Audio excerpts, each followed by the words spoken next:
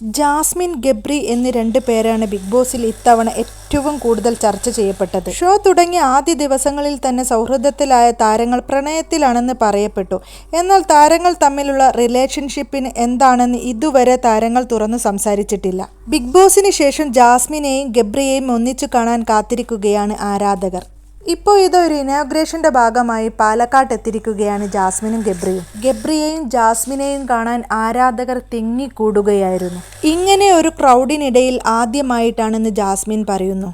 ഞാൻ ഇത്രമാത്രം ഒന്നും പ്രതീക്ഷിച്ച ആളല്ല. കുറച്ച് ഫിയറൊക്കെ എൻ്റെ മുഖത്ത് കാണാൻ സാധിക്കും. ഗബ്രിയുടെ മുഖത്ത് കാണാത്തത് അവൻ മറച്ചു പിടിക്കുന്നത് കൊണ്ടാണ്. എനിക്ക് മറച്ചു പിടിക്കാൻ അറിയില്ല. പാലക്കാടിൻ്റെ ഇത്രയും സ്നേഹം കാണുമ്പോൾ എന്ത് പറയണമെന്ന് എനിക്കറിയില്ല എന്നാണ് ജാസ്മിൻ പറയുന്നത്. ഗബ്രിയോടും ജാസ്മിനോടുമായി ആരാധകർക്ക് ഒരുപാട് ചോദ്യങ്ങൾ ഉണ്ടായിരുന്നു.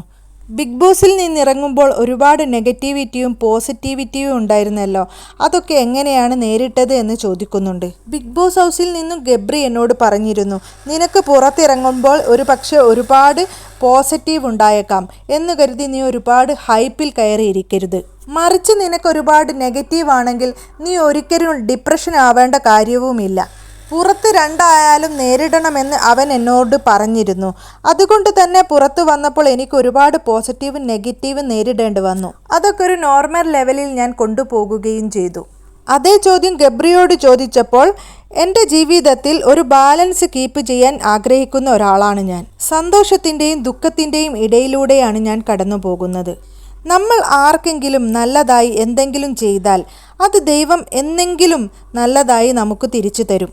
ആ ഒരു വിശ്വാസമാണ് എന്നെ മുന്നോട്ട് നയിക്കുന്നത്. അടുത്ത ആരാധകരുടെ ചോദ്യം, നിങ്ങൾക്ക് ബിഗ് ബോസിലേക്ക് പോകുന്നതിൻ്റെ മുൻപും ശേഷവും ഉണ്ടായ പ്രത്യേകതകൾ എന്താണെന്നാണ്.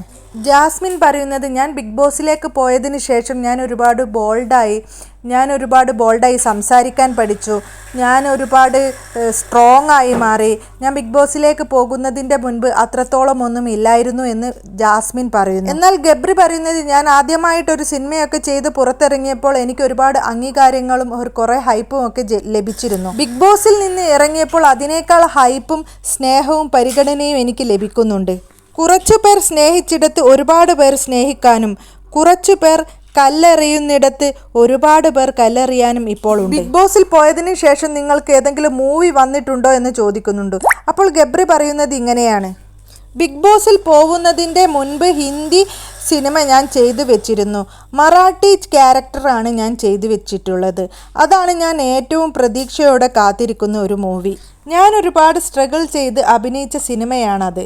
പിന്നെ ലാസ്റ്റായിട്ട് റിലീസ് ചെയ്ത പത്നി പുരാണം, അത് ചെറിയ കൂട്ടായ്മയിലുണ്ടായ ഒരു സിനിമയാണ്. എൻ്റെ അടുത്ത സിനിമ ഈ വരുന്ന 16-ാം തീയതി സ്റ്റാർട്ട് ചെയ്യും. ഹീറോ ആയിട്ടല്ല എങ്കിലും നല്ലൊരു ക്യാരക്ടറാണ്. ഹീറോ ആയിട്ടുള്ള മൂവിയുടെ ഡിസ്കഷൻ നടന്നു വരുന്നുണ്ടെന്നും ഗബ്രി അറിയിച്ചു.